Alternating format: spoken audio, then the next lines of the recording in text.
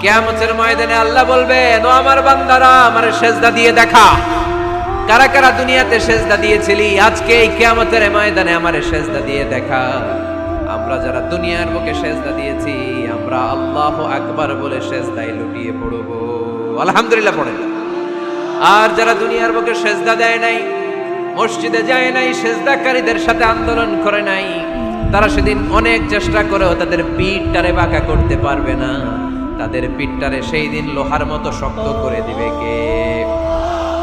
ইয়াউমা ইউকশাফু আন সাকিন ওয়া ইউদআউনা ইলা সুজুদি ফালা ইস্তাতিউন।